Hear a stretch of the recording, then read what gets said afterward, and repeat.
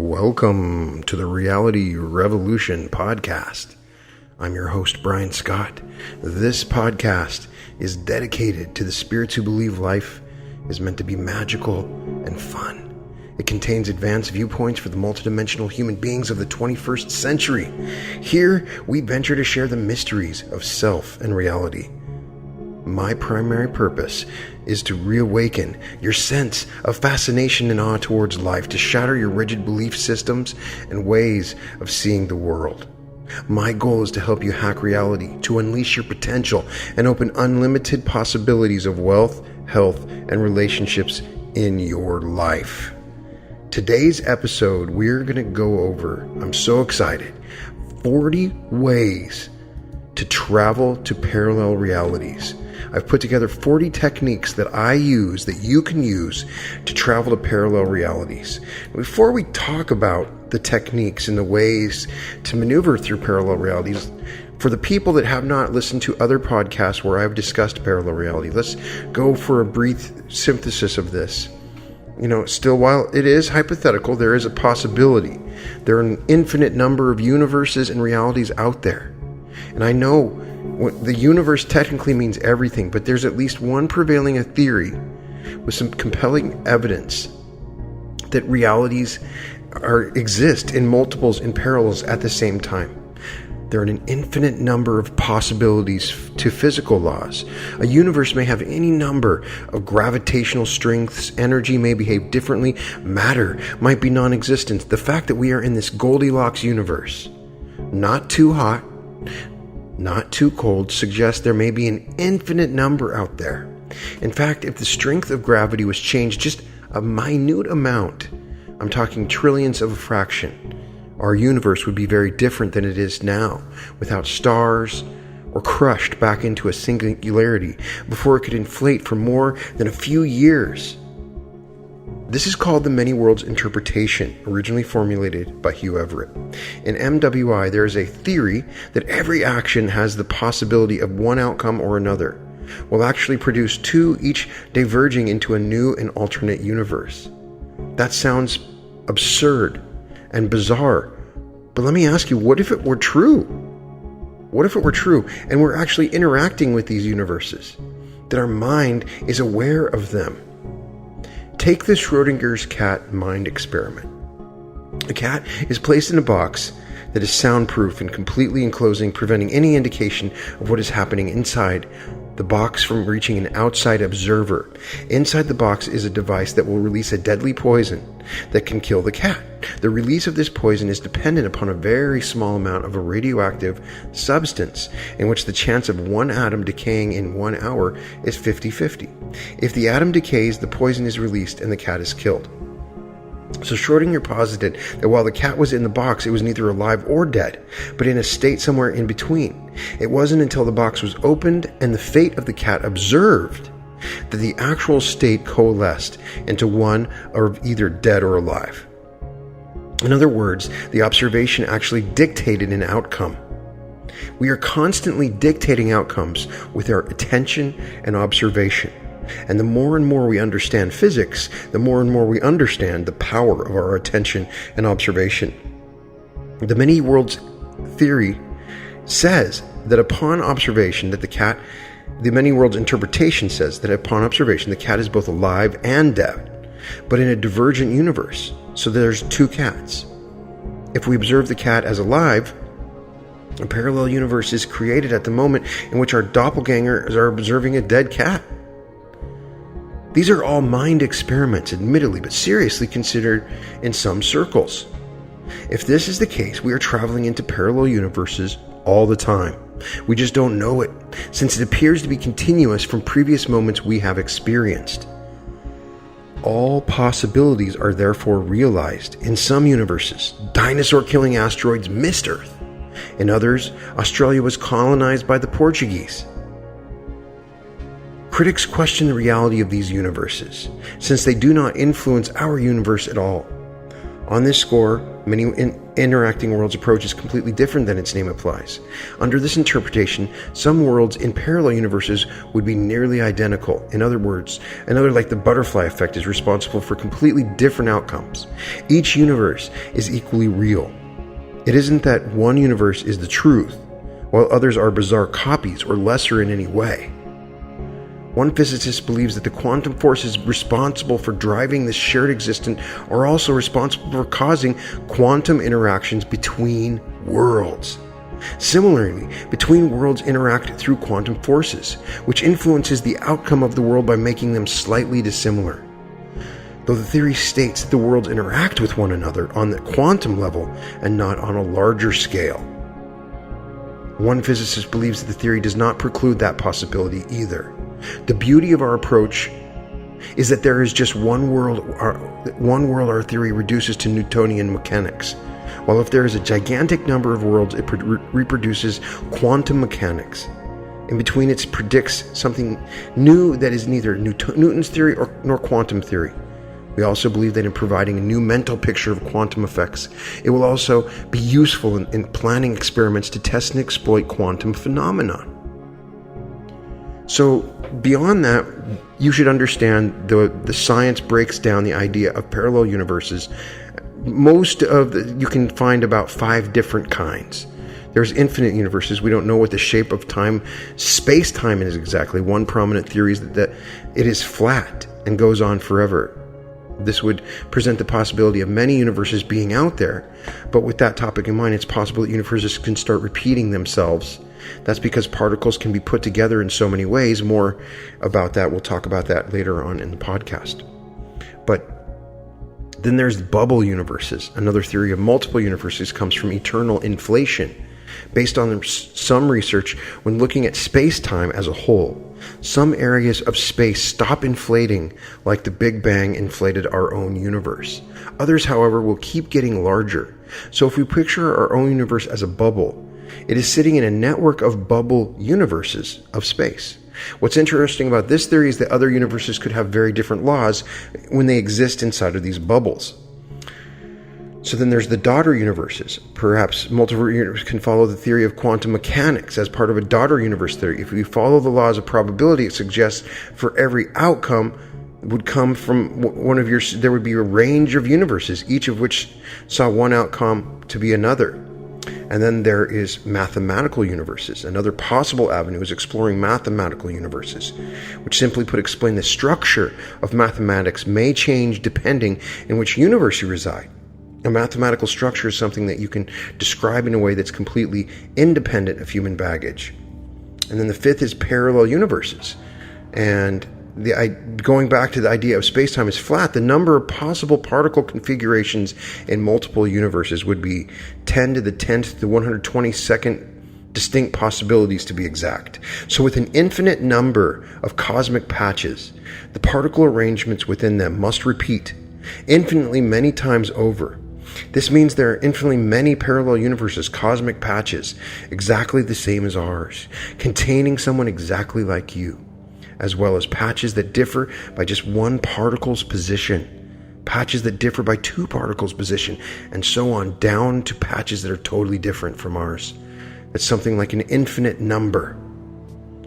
So what I'm saying when you understand with the double slit experiment, the idea is that energy, when it's collapsed from wave to particle, this is occurring when the observer sees the wave and it collapses to particle. You bring your own attention and experience into that observation, and you are literally creating your reality all the time. But imagine there's all these different realities, and on whatever life track you're on, our minds, when we sleep and through our hearts and our emotions, are aware of these other realities that are out there, that we receive wavefronts and tachyon information coming from the future and from various sources when things happen, and that's why we have intuitions, but also why our attention can create a reality. By simply focusing on something, you end up bringing it into your existence. So the more and more you focus on what you focus on and what your attention is, that is the reality that you create. I'm just telling you a very simple thing. whatever you've been focusing your attention on. If it's that sickness that you have, whatever it is, that's how you're creating your reality. So using this, we need to find a way, because our attention is controlled many times by our subconscious mind, by programming, by things that we've had happen in our past and our future, by the way we think and the way we feel. And I'm giving you 40 techniques that I have used. We've discussed these in other podcasts, but these techniques in particular will help you travel through parallel universes. When I had my personal experience where I became convinced that I had traveled into parallel universes, where there was all these unusual and different things that had happened, I went on a spiritual quest to prove and validate that there are parallel universes. And I went to everything that I could do. I went to seminars and gurus and did different sorts of meditations and tried mind technology and flotation tanks. And we're going to talk about all of those things. I believe that through my journey in trying to experiment with all of these interesting technologies and ideas and techniques, I found different ways that will help you maneuver through parallel realities, but not only just move to different parallel realities in a way that is powerful and creative, in a way that gives you the ability to literally choose and create your own reality. So that we'll start with some simple ones. The first thing that you can do to travel to a parallel reality is to move. Now, this is something I've always hated, but it always turns out to be a good thing. I have a fear of moving like people have a fear of snakes. And when I have to move, I go into the sweats, and it's the worst thing for me. But you know what? Sometimes when you move, you come to an entirely different area.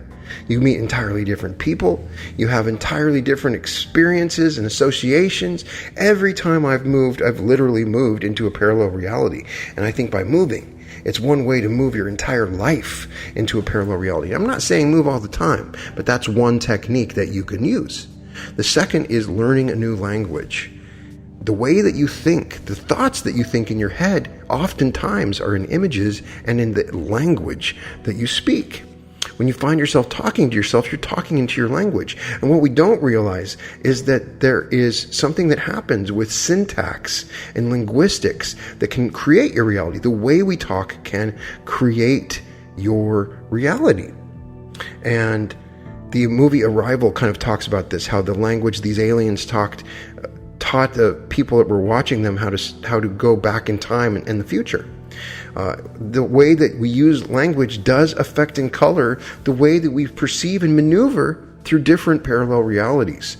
So try to learn a new language. It's a simple technique. Another one that I have tried is to change your name. Maybe you want to go by your middle name. Maybe you want to change your name. The process of changing your name can change your identity, can give you that little tiny bit to, you know what your real name is, but by changing your identity can change your attention, can change the beliefs that you have, and you end up moving through parallel realities you might not have moved through before. I'm telling you to try it. The fourth technique is hypnosis. Now, hypnosis, I believe, is different than meditation. I've used hypnosis in my meditations, but hypnosis is a specific type and format of language that can be used to induce patterns of brainwave states and receptivity in patients and in people that are open to it. It doesn't affect everybody. Some people are unhypnotizable, and I think that they are hypnotizable. I do believe that we are hypnotized all the time when we watch TV shows and we listen to music. The power of hypnosis has gone to a point where it's used all the time in media and advertising. But if you can find a way to get a good hypnotist, you can utilize programs that can do little things behind the scenes that can affect your subconscious mind, that can guide your attention and move your attention towards things that you want to move towards and away from things that you don't. Imagine if the secret to overcoming that health problem that you have, or overcoming any sort of issue that you're having right now, is simply ignoring it, is putting your attention on something else. How do you do that? Your monkey mind a lot of times won't let you, but you can program yourself in hypnosis through repetition. Which brings me to number 5, which I've created a separate category, which is Neuro-Linguistic Programming. Now, I did my master's thesis on neuro-linguistic programming. I can talk about it a lot. Some of these we're going to go over more than others, and I don't want to go into it too deeply, but you should know about neuro-linguistic programming. It is one of the most interesting, fascinating fields of research. And it's interesting, the story behind neuro-linguistic programming, going all the way back, was created by Richard Bandler and John Grinder. And they wrote books called The Structure of Magic. And going back, they analyzed and looked at a famous hypnotist, therapist named Milton Erickson, who you've probably heard of Ericksonian hypnosis. Essentially, he was paralyzed. And so people would go into get treatment from him, and they would come out completely transformed, changed, permanent changes in their lives, addictions healed, huge, magnificent changes. And they wanted to know what was going on, because this guy couldn't use his hands, he was paralyzed. So he had figured out a way of pacing and language use that was so powerful that they sat down and started recording his sessions and broke down the syntax and the wording that he used to pull people into hypnotic situations. He was able to hypnotize people without telling them that they were being hypnotized, like you are right now as you listen to this podcast. And so what happens is, then sometimes when people don't know that they've been hypnotized, it's more powerful and receptive. A lot of salesmen started using this technique. Neuro-linguistic program is something that was, when I first heard about it, I've heard about it from Tony Robbins.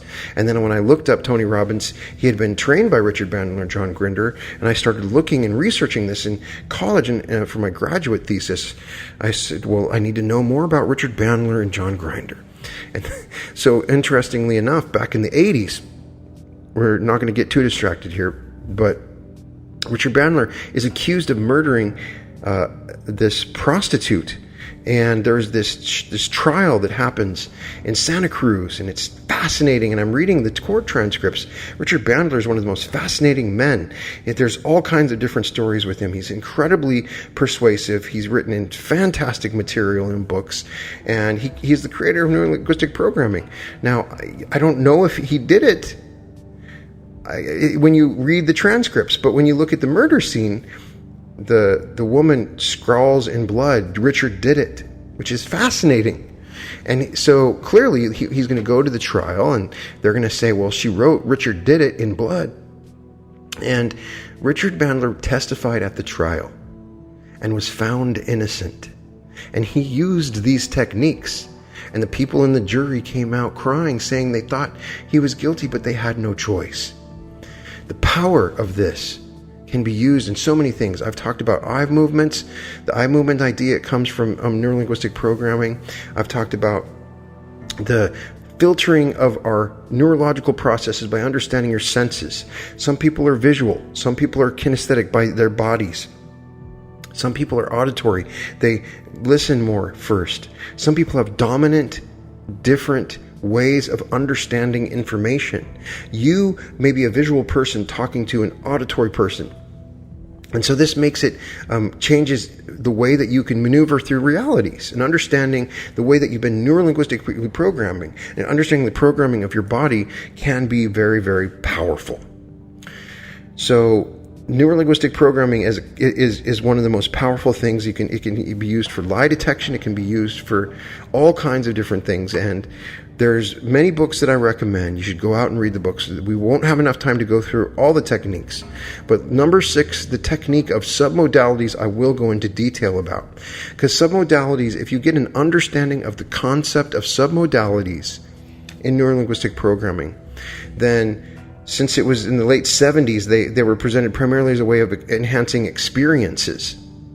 Although association-dissociation was the key element in many of the more effective standard NLP patterns that have been taught for the years, it's not clearly described as a submodality shift. It was in 1983 that Bandler began to reveal the structure of submodalities, and we'll talk about the Swish Pattern in a second. In short, he outlined how submodalities comprise one way of understanding the underlying structure of all experience. Bandler and Grinder constructed the representational systems of the VAC modalities with their qualities. This provided a language for describing and modeling human experiences. So, to make a long story short, understanding what submodalities is will give you a richer and more powerful way to create different realities and maneuver through different realities. Now let me explain. We have 5 basic senses. We have visual, auditory, kinesthetic, olfactory, and gustatory. These are referred to as representational systems. We would describe a picture as being black and white or color. It would also be bright or dim. Sounds could be loud or soft, coming from a particular direction. Feelings could be in different parts of the body and have different temperatures. Smells could be pleasant or offensive, strong or light. Taste can be sweet or bitter, strong or mild. These finer distinctions are called submodalities, and they define the qualities of our internal representations. So it's not as just simplistic as saying, he's a visual person, I see what he is saying. It is a more subtle way of understanding these associations, building them into your hypnosis patterns and understanding your own submodalities. You can use them. Generally, the 3 that are used and talked about the most are visual, auditory, and kinesthetic or feeling. However, you can work with smelling or taste in some different things, and they can affect, what you can do. For most people, research within NLP states that the brain often uses these structural elements as a way to know how it feels about them. So we have talked about in other podcasts how you want to have to model a specific feeling in order to manifest it in your life. Well, sometimes that's hard. How do you model the feeling of being a billionaire? Well, there may be submodalities involved in that, and we need to create richer experiences and ways of understanding our feelings so we can model them, and that helps us to manifest what we want. The link is the link is stated to be bilateral. That is, emotions attached to a mental experience are affected by certain submodalities with which it is associated, and specific submodalities can also be affected if the emotional significance changes. The discovery that emotion, for instance, associated with a thought, is often functionally linked to the submodalities with which that thought is presented to be consciousness led to a variety of brief NLP interventions based on the change of these key submodalities. So what is happening is, and many trainers started to find out that they could change subtle changes in musculature and body and the way that the people's body movements, and it gave us it helped people quit smoking and eat better foods and a certain kind of foods, overcoming phobias, enhancing motivation. It induced relaxation. And so there are the different kinds of submodalities are like under visual, for instance, size, distance, brightness, color, monochrome, framed. When we have these visions in our eyes, when we visualize them, is it 3-dimensional? Is it clear or fuzzy? Shape, the movement, is it moving? Is it still? Is it a poster, a drawing? Is it real life? Auditory, you have mono or stereo. You have different qualities like volume, pitch, tempo, and rhythm. And variations like looping, fading in, moving out. These are all things you can build into your meditations. And so if it's a voice, whose voice? What kind of a voice quality is it? And for kinesthetic, you can have somatic sensations, locations, movements, tactical feelings, pressures, textures, temperatures. These are all different kinds of things that you can use with submodalities. And it's very powerful when you start to understand submodalities. So the next idea is the Swish Pattern. Number 5, the 5th technique, the Swish Pattern. The Swish Pattern is a useful technique to maneuver into parallel realities because it helps you address unwanted behavior, response to specific stimuli. Often we are responding to stimuli which pulls us into certain timelines.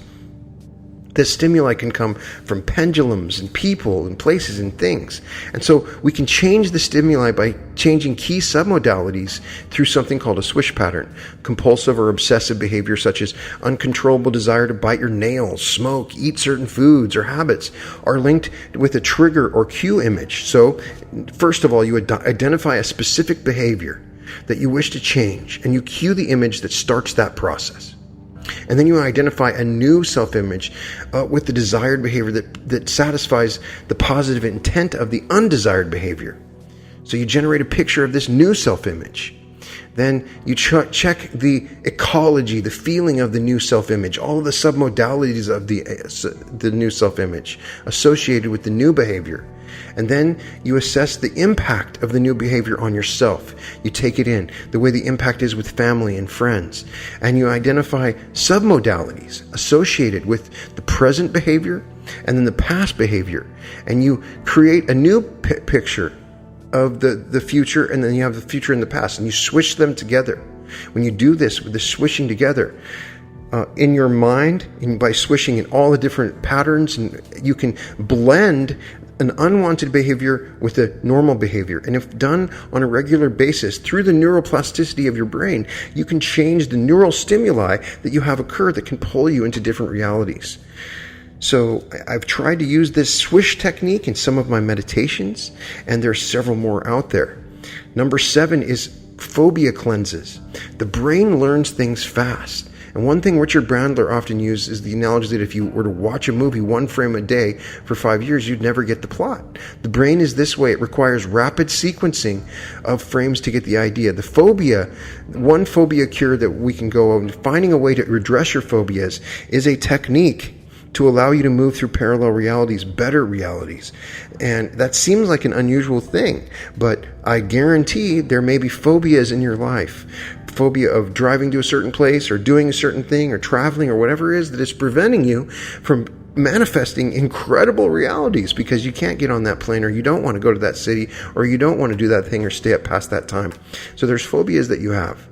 And so there's different. No, the same technique is I use in one of my meditations that you can use for the phobia cure is, first you imagine a big theater. You're sitting in the seat near the middle, and on the screen a black and white photo in which you can see yourself in a situation set just before you have a phobia response.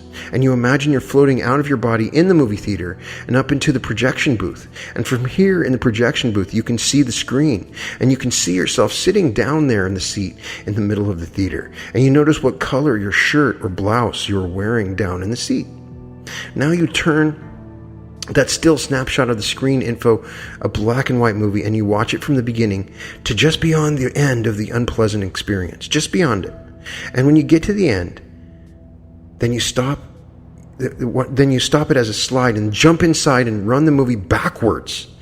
And it's kind of a visual trick. You have to learn how to do this in your mind. But if you take something where you get the phobia and then you have the bad response and then you run the movie backwards, you see everything happening in reverse, like just when you hit reverse on your DVD player. You run the movie in reverse in color and take 1 or 2 seconds to do it. And now you think about what it is you had the phobia. And a lot of times people don't have the phobia. So you keep on trying this. If it doesn't work, it's very successful and it works very powerfully. You can use these understandings. And so so that was number 7, which is phobia cleansing. You should address the phobias that you have. If you have a phobia, should it be a real phobia? I mean, I have a phobia of heights. When I walk around the Grand Canyon, I'm worried I'm going to fall off. And that's a phobia. Where is that phobia coming from? I could have probably gone for a longer and better walk and seen some better things last time we went, but if it weren't for my phobia, and that's something I had to work on, where was that coming from? And maybe, who knows? But there's ways that you can reduce and become aware of that. So the next thing is inducing the Ganzfeld Effect, number 8. So in research by Robert Ornstein discovered that blankout was merely the experience of seeing nothing, but not one of not seeing, a complete disappearance of the sense of vision. So during blankout, the observers did not know, for instance, whether their eyes were open or not. So what happens is there's a technique you can induce something called the Ganzfeld Effect. And so they call it blanking out. Humans have been aware of this effect for thousands of years. One ancient meditation technique consists of simply staring at a blue, cloudless sky until there is no sky. Or you may have been told to look at a candle until it doesn't exist. A common yogic meditation is the Tritakam, or the steady gaze, in which concentration is fixed on some unchanging eternal element such as a rock or mandala. I have done this. I have meditated on Sri Yantra, and it's very powerful. The repetition of a single word or phrase in some to reach a state of blankout through monotonous stimulation has been practiced by many spiritual traditions. all the way to transcendental meditation. Those traditions describe the blank out state as an experience of the void, of emptiness, nothingness, or a cloud of unknowing. If anybody has gotten a chance to try the void meditation, give it a try. There's many void meditations out there that are fantastic. We're going to talk a little bit more about that in a second. The blank out effect seems to be key to many of the well-documented benefits of meditation, ranging from stress reduction to increased sensory acuity and mental clarity to increased immune function. However, as practitioners of meditative techniques attest, it's not easy to achieve this effective reliably just sitting there looking at things. So there's now ways that we can induce Ganzfeld effect. Modern researchers have tried to find ways of inducing and investigating this blank out effect in the laboratory using techniques ranging from dense uniform fog to translucent goggles.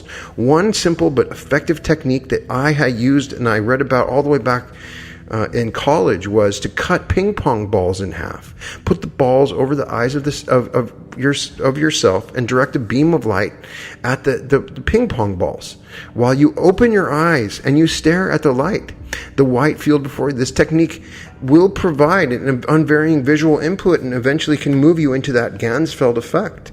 The Ganzfeld effect, I believe, puts us into the alternate space, into the void, into the source. It gives us the open field of all possibilities that we've talked about in other parts of this podcast.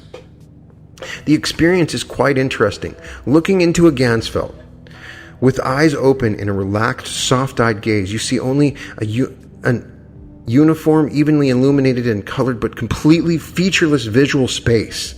And there's very unusual situation which we normally never experience, just as we normally never experience the total blackness and lack of sensory stimulation of a float tank. Since the reticular activating system is designed to detect change, supplying an unchanging visual input creates some powerful and unique effects. First, the color drains out of the visual field. The field becomes gray and progressively seems to disappear from your peripheral vision. A misty space seems to open up, and soon it becomes hard to tell if your eyes are open or not. And at this point, electrocephalographs studies have shown strong alpha, which is normally not produced when eyes are open. The monotony of the featureless visual field causes the reticular activating system to decrease your arousal, and you become lulled deeper and deeper into lower and lower stages of arousal, becoming deeply relaxed and producing lots of theta waves. Awareness of the visual field disappears completely. You experience blank out. Subjects using Ganzfelds usually report profound relaxation, reverie, imagery, and altered states of consciousness. This is an ideal time for total mental stillness, for self-suggestion or recorded suggestions for behavior change, for accelerated learning. When you're in this Ganzfeld state, if you start to give yourself suggestions for yourself or listen to a guided meditation at that point, it can be much more powerful. When people emerge from the Ganzfeld, it seems as if the volume knob on their senses is turned way up, and it has been for me when I've done this. Colors are vivid and saturated, sounds are full and rich and intense, and your skin is sensitive. Intriguingly, numerous controlled statistical studies by parapsychologists indicate the use of Ganzfeld significantly increases psychic abilities of subjects in such areas as telepathy, psychokinesis, and remote viewing. Julian Isaacs of John F. Kennedy University in California, coupled with a pair of headphones supplying pink noise, a gentle shushing sound, the Ganzfeld shuts down the busy sensory processing system, which normally drowns out the whisper-soft ESP signals, allowing much better reception of extrasensory perception, according to Michael Hutchinson in his book Mega Brain Power. Now, the ninth technique to maneuver through a parallel reality is a float tank. And if you haven't tried one, I'm telling you what, you should try one. Now, I've tried to recommend them to friends, and some say, I would never go into that enclosed space. It'd be too uncomfortable for me. And that may be true. There are some systems being created now by Bulletproof in particular, where you can go in and it's not in a water tank, and they can induce a similar situation. But the idea that you lay in the Epsom salt and you're just floating. There's nothing that you can see, and there's nothing that you can do. It takes a few times. You have to get comfortable with how you move your shoulders and the way that you get comfortable to the water that you're laying in. And it's usually about 90 minutes. And if you can click in about 10 to 15 minutes, your mind can go to incredible places. Now, as I've discussed before, I believe that there's wave fronts coming in we are collapsing, but they come in waves. Every 90 minutes, when you start to do long-term flotations tank, you notice there's waves, particular waves that come in, and you have an ability to access these waves, these particular waves, and they allow you to collapse the wave front, meaning that you can substantially change your parallel reality. I'm talking about become like you're in a different universe. I'm saying from the beginning, I've experienced going into a different universe where the restaurants were different, where the people were different, where everything seemed different. And I'm telling you that you can do that. A lot of times when you move into a reality, what will happen is your mind will be too scared with the differences and you'll jump right back.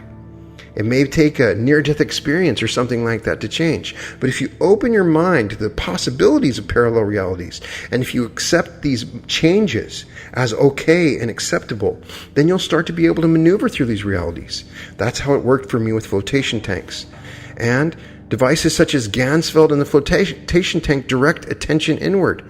And it presenting the reticular activating system with an unvarying stimulus. That's the part of our brain that's looking out when you're looking for a black Toyota and you see a million black Toyotas. That's the part of the brain that finds things that you ask it to look for, and it starts to look for the things that are on the inside. The next technique is number 10, light stimulation. Light stimulation, what has been found through different techniques is by using light, you can induce major changes in body and hormones and the way that the mind works. And this can allow you to maneuver through different realities. When we are maneuvering through different realities, it's not just our visual eyes. We're changing our entire bodies, and we need to change that. Sheely measured levels of neurochemicals and hormones in subjects before and then 10 minutes after a single 20-minute exposure to violet, green, or red lights at a frequency of 7.8 hertz. He found the exposure produced significant increases of 25% or more of such key hormones as growth hormone, which promotes growth and increases fat metabolism, luteinizing hormone, which stimulates male and female sexual hormones and increases sexual arousal, and oxytocin, which promotes affection, love, and bonding behavior, as well as significant increases of serotonin, beta endorphin, and other biochemicals. Sheely, who is the researcher for light stimulation that I was just mentioning, that's discussed in Michael Hutchinson's book, Mega Brain Power, a book I recommend, tested one individual at a frequency of 31.2 hertz and found that the increase in growth hormone, luteinizing hormone, and oxytocin were significantly more substantial than they had been in the same individual at 7.8 cycles. He concluded, among other things, that his findings unequivocally suggest the color of light significantly affects the neurochemical axis. And so I believe they're going to start figuring out ways to utilize these colors, and they may do it through virtual reality, which we're going to talk about in a second. One woman said that she suffered from a lifelong learning disability. Her brain seemed to rattle along at such a rapid click she found it impossible to slow down her sessions. And she tried something called the Luma Tron, which is something that I've tried, we'll talk about in a second. And you stare at a violet light at a frequency of about 8 hertz, and she became more and more calm and focused. And most important to her, she became able to read. And she was soon devouring books. It's like a whole new world. She said, "I keep thinking this world of books and reading is one I've been missing my whole life." The woman had clearly been suffering from some kind of chronic over-arousal of her automatic nervous system. And many subjects suffering from under-arousal experiences depression or chronic fatigue, learning disabilities, have experienced increases in energy and IQ and elevations in mood and receiving light stimulation in such colors as yellow, yellow-orange, orange-red, red-orange, red and ruby frequencies. It makes you wonder about the power of art. But this is particular frequencies of color. Among the Luma Tron It was developed by a light color therapy device invented by John Dowling. John Dowling, PhD. The Luma Tron uses xenon gas as a full spectrum light source. The light is passed through one of 11 color filters that can be changed easily during viewing, producing 11 different colors ranging from violet, indigo, and blue on one end of the spectrum to red, orange, red, and ruby on the other. The colored light is delivered to the user's eyes through a circular lens about the size of a $50. And according to Downing, the proper color stimulus will precisely reset the biological clock and entrain more balanced hypothalamic discharge rates. This in turn helps balance the neuroendocrine system. It also increases the efficiency of optic nerve and associated nerve pathways, allowing the brain to naturally assimilate more vital light energy from the environment. The brain reacts to this additional photoelectrical energy by forming new synaptic connections and increasing its efficacy. Another device, the color receptivity trainer, which I found on Amazon, seems to have effects that are equivalent to the Luma Tron.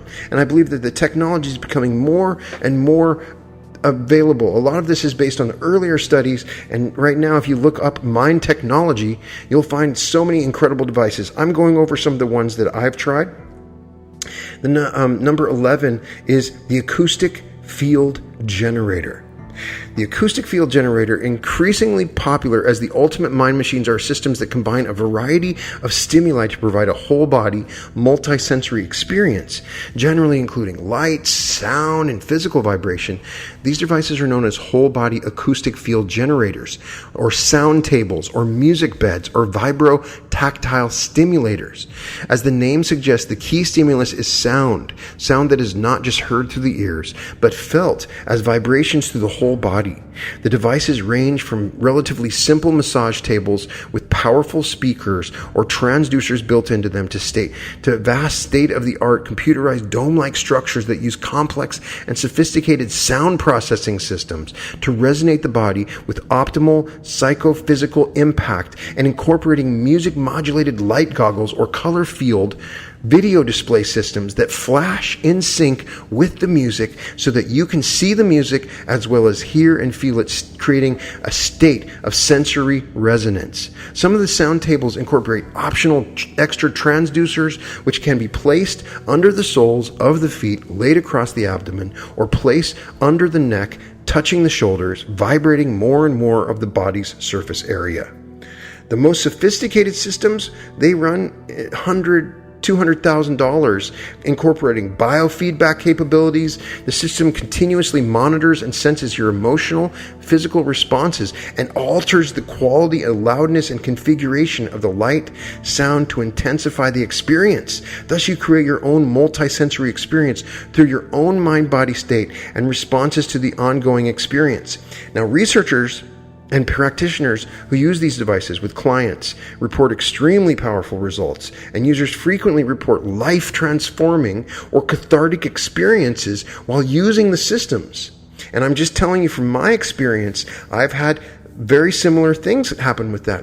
Spiritual awakenings in these devices. And I did feel like that there was a shift in my identity, my reality, and I believe it's absolutely should be listed as one of the best techniques to maneuver through making big jumps into different realities. Dr. Jeffrey Thompson, a sound researcher who extensive work with the Luma Tron led him to design his own PSI sound table, has pointed out a huge section of the brainstem and nervous system is devoted to sensing and processing vibration. Now, the spinal cord is composed of nerve bundles carrying different kinds of sensations such as heat, cold, pain, pressure, vibration, etc. 2 entire columns sense vibration and take up almost the whole posterior half of the spinal cord. Large portions of the deep primitive portions of the brain near the brainstem are devoted to vibration processing. So when you're lying on a sound table, powerful emotional information in the form of musical vibrations gets processed right in the part of the brain where most deep-seated emotional programs reside. And we can unlock emotions that we are not even aware we're holding. We can literally vibrate into a new reality. Now, you hear Abraham talk about vibrations. It's a popular word that is used in the self-help and law of attraction community. We're talking about actual vibrations. And the final thing is, if you've ever seen a vibration machine, you can sometimes get them for pretty cheap. The ones that you stand on and they vibrate can be used in a similar way. It's very powerful, and we'll talk about that with the motion systems in a second.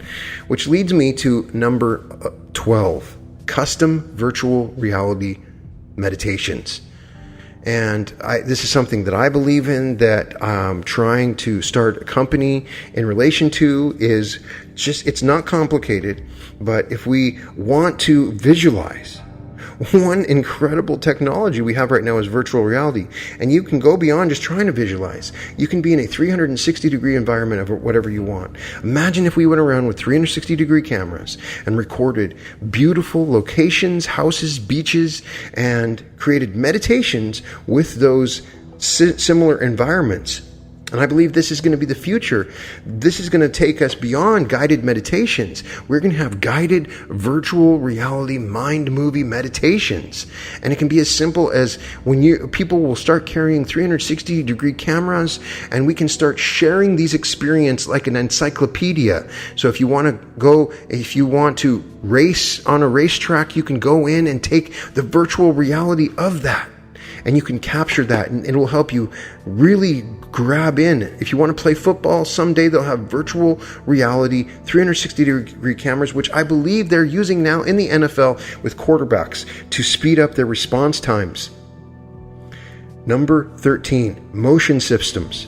A number of motion systems are now on the market, including reclining chairs that revolve and beds that generally tilt, revolve, and rock. Motion is a part of moving through realities. Now, the walking meditation, which I talk about in the meditation podcast, is very powerful. You're telling your body you're moving one step at a time into another reality. And by taking each step, the movement of your body affirms that movement and pulls your subconscious mind forward. But also other motion systems, the idea of movement, oftentimes we think meditating in stillness is what works. There's evidence these motion systems alter brainwave activity, greatly increasing the relaxing alpha and theta waves and enhancing hemispheric synchronization. Your mom would rock you to sleep. She didn't keep you still to sleep, she rocked you to sleep. They're being used clinically for such purposes as treatment of brain damage, learning disabilities, and drug addiction, and are popular in brain-mind gyms around the world. Several new models of relatively low prices now make it possible for individuals to purchase such motion systems for home use. And I mentioned on another podcast the 5 Tibetans, and it's a really great energy exercise routine that I'm going to put together soon. I'm working on it, I promise. And one of the exercises in the 5 Tibetans, which they consider the fountain of youth, is simply spinning around 21 times. And it seems kind of bizarre, but EEG and other evidence has shown the use of spinning as a profound optimizing effect on the neuroefficiency quotient, a measure of how rapidly electrical signals are transmitted by the brain's neurons and pass from one part of the brain to another, a characteristic that has been shown to correlate very closely with IQ. Recent research at Berkeley, in fact, suggests that NEQ is directly related to IQ. Some users of motion systems have shown increases in NEQ that are statistically equivalent to increases in IQ of an astonishing 30 points or more. The evidence suggests that next time you have a test or material that requires peak mental performance, you might want to take a break and spin around in your desk for a few minutes every half hour or hour. Get up and dance. For the most effective of all, keep your brain in peak condition by providing enough motion to far surpass your minimal daily requirement. Another device, number 14, well, actually we'll keep this under number 13, is the SAMS potentializer, under the idea of motion therapy. Graham believes that the rhythmical rocking motion it's a chair that rocks rhythmically like soothing baby. When combined with an electromagnetic field that has a catalytic effect, it moves the fluid around the vestibular system or inner ear, and as a result, the millions of hairs within the inner ear send signals to the brain, flooding it with electrical stimulation. It's like exercising the brain directly. What better way to maneuver through a parallel reality than something that has that sort of response? Graham reports that 90% of users get relaxation for the first time. However, he suggests they need 3 to 4 hours to gain deeper effects. Studies of long-term range effects are underway in some 50 or 60 machines in the United States, Canada, and Australia. We are finding ways that we can change the brainwaves of adults and learning disabled kids. For instance, 10 to 20 people with normal IQs now operate in higher range just from this SAMS potentializer device. So number 14 is void meditations. And if you got a chance to listen to the void meditation, the idea is that going into the void gives us access to the alternative space. The void is a part of that is existing here and now. It has no place, but is everywhere at the same time. That is aware of the future and the past, and all probabilities are there as an information field.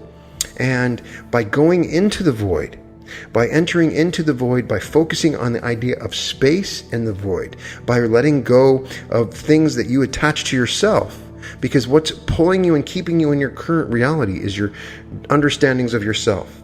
That you are a man, that you are a woman, that you live in this house, that you have that family, that you have those things, that you do those things, that you are that job, that you are in that relationship, whatever it is, all those things. And by going into a void, which is similar to the original idea of meditation, which is clearing your mind. But if you go into the void of being able to release those things, similar to the Ganzfeld Effect, while you're in there, you can focus on the frequency of a parallel reality that you want. Now, I'm saying from the beginning of this that my hypothesis is that our brains have access to all of these parallel realities, that they are multidimensional in nature. We access them through our dreams. We access them every day. It is there. We have access to it. And the key to avoid meditation, if you're truly in the void, then you're in the void. You need somebody else to guide you. That's all it is. I call it guided quantum jumping, putting yourself in the void and having somebody guide you, telling you to find the frequency of what it is that you want, creating a bridge between you and it, and allowing your body to follow into that particular timeline, into that body, into that thought where that thing is of whatever it is that you want. Believe me, this works more effectively than anything else. If people really sell themselves to the idea of going into the void, it works. Number 15, energy frequencies. Frequency is a word that gets tossed around quite often in the spiritual and metaphysical communities, but what is frequency? In essence, frequency is the rate of vibration and oscillation measured over a specific period of time. In layman's terms, it's simply repeating sequence. Take a heartbeat, for example. The average heart rate frequency is 60 to 100 beats per minute. When we reach a high frequency in our personal energy signature, we attract more positive emotions and experiences. Love, for instance, is a very high frequency emotion. When we emit a low frequency, we drop into an ego-based mindset that can attract negativity, stress, anxiety, and depression into our experience. To break it down even further, consider the human body and what it's made of. Everything breaks down to energy, and the body itself is composed of different systems, which are made up of organs and tissues. The organs and tissues are made up of cells, which are made up of molecules, which are made up of atoms, and atoms are made up of subatomic particles, which are made up of energy. And the idea that energy is everything and energy doesn't get destroyed, it only gets changed, is not woo-woo, it's not new age, it's not an unfounded claim, it's a scientific fact. So when people are talking about frequencies, it's not that. The universe is impartial. It doesn't judge or decide who should be punished. It simply responds to what we give out and express. Sometimes we fall into a victim mindset, believing that we're chronically unlucky or working through some accumulated karma. Mostly, however, we're simply dealing with the experiences, situations, and people that we're attracting like a magnet through our own personal frequency. Any great feat requires accumulating knowledge and information, so it's important to learn the phenomena and shape of the very existence. The only thing I'll say is that frequency and vibration are different. They're often used interchangeably. However, there's a very important distinction to make. We know now that frequency is the cycle of waves that are measured in sequence. So think of vibrations as the contractions of the energy within the frequency. The vibrations per minute, for instance, make up the entire frequency sequence. To answer the question of what frequency is, let's use a real-life example of frequency and vibration by considering the way guitar strings emit sound. The thicker, larger strings move more slowly and have a low frequency when plucked, while the thinner strings vibrate a higher frequency. The vibration waves of the thick strings move more slowly, giving the string's natural frequency a lower frequency, and the vibratory waves of the thinner strings move quickly, emitting a higher frequency. And so a frequency rate increases matter because higher and higher. Therefore, when we're vibrating on a higher frequency, our bodies can become lighter. As a result, energy patterns affect our very makeup, raising our consciousness and allowing us to reach levels beyond our comprehension. We are masters of our domain. We literally define our own reality with each action, thought, and word. Consider the fact that our perceived physical world is more energy than it is material. Imagine that. Look at your hand and wrap your head around the idea that most of it is composed of void rather than material makeup. Atoms are made up of quarks and photons, which have no physical structure. Understanding this is key to realizing we have the power to make radical quantum level shifts in our lives. Perceiving everything as immovable and immaterial keeps us in the third dimension, which is rife with rules and laws. Moving outside of this mindset enables us to work with the void between the material in order to create what we desire. We are not casual observers, but active ones. So, recognize frequency in your life by the way you decorate your house, or what food you eat, or who you associate. And imagine, and those are the things that are guiding you into different realities. I could talk about frequency more, and we'll probably dedicate an entire podcast on it. The next is something I call the soundtrack technique. The soundtrack technique is, for 1 week, you plan out the music you're going to listen to, and you cannot listen to any music that has words. You have to listen to songs and music. Primarily, it's great to use movies. When you listen to movie soundtrack songs, it's a reminder that you're in a movie in the first place. But the idea is that you can plan out, you can soundtrack your week. You can play the same soundtrack over and over, or you can literally repeat brand new songs for the whole week. But you can't listen to any songs with words, and you can't listen to anything else unless you've soundtracked it. You have to plan out your day. It gives you an understanding of how to plan out your time, of how to manifest your future, about the journey that you're on, about how much time exists and what goes on in that time.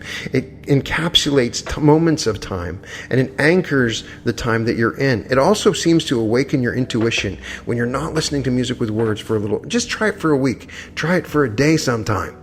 The idea of creating a reality, you're creating the reality you're listening to. So by creating the reality you're listening to, you're doing something that is creating a reality, and you're becoming another factor in your reality creation. Another great technique is the intention technique. The idea is, for a day, if you can try it for a couple hours. Everything that you do, you create an intention for. So when you wake up, you say, my intention is to go brush my teeth, and then you brush your teeth. And then you say, my intention is to go to the bathroom, and then you go to the bathroom. Before you take any action, you create an intention for it. And this slowly starts to open up your ability to create outside intentions when you intend things to happen outside of yourself by going through the process of intending the things that you want now. Try it. It's very powerful. I say give it a shot for an entire week. It'll completely change your life forever. Number 18 is vision boards. Now, vision boards are wonderful, incredible things. And if you put them around your office, a house, or a place that you're at, you can put objects or events or things or phrases, just a constant reminder your attention is on. And by placing your attention on it, forcing your attention on it, it pulls your mind, and whenever you focus on is what you get. So remember, if you focus on something enough, reality will yield to that focusing that you've done, that attention that you've given. And so by having vision boards, it forces your attention. Now, there is a transformation with vision boards, and that's the idea of mind movies. All is one great person on YouTube to watch. The idea is you create movies instead of just pictures and boards. You might create a trip. You might be riding on a boat. You might be walking around your mansion. You might be going on a particular trip. The idea is that you create these rich visual movies. There's a program that you can get called Mind Movies, which is fantastic. My hope in the future is that we can create mind virtual reality movies that have people riding boats and riding whatever it is that you want to manifest, that you can go and you can visualize and live it. And so number 19 is psychedelics. There's several different psychedelics, and I'm telling you, there is a technique. It will change and put you into a parallel reality. Use this with caution. You can use this with guidance. There are people and doctors out there that are willing to use this, and it has been used in treatment to help with post-traumatic stress disorder. It's helped people avoid suicides, going all the way back to the 60s. It's become an incredible transformative process. The safest drug in the world is psilocybin mushrooms. It's never caused any problems. It's just a mushroom. These visuals that you get from different psychedelics, DMT in particular, has powerful, transformative, spiritual effects that can literally activate your pineal gland. And I'm just telling you, it's magic. And if it can be used, it cannot be used as a crutch, but it can be used to significantly change and maneuver into a new reality. It's definitely a technique. The next technique is number 20, fractal animation meditations. Fractals have a powerful effect and an underlying structure that is resonant with the universe. And by looking at fractal patterns emerging in a continuous loop, it does induce a state of alpha and theta brainwave level activity.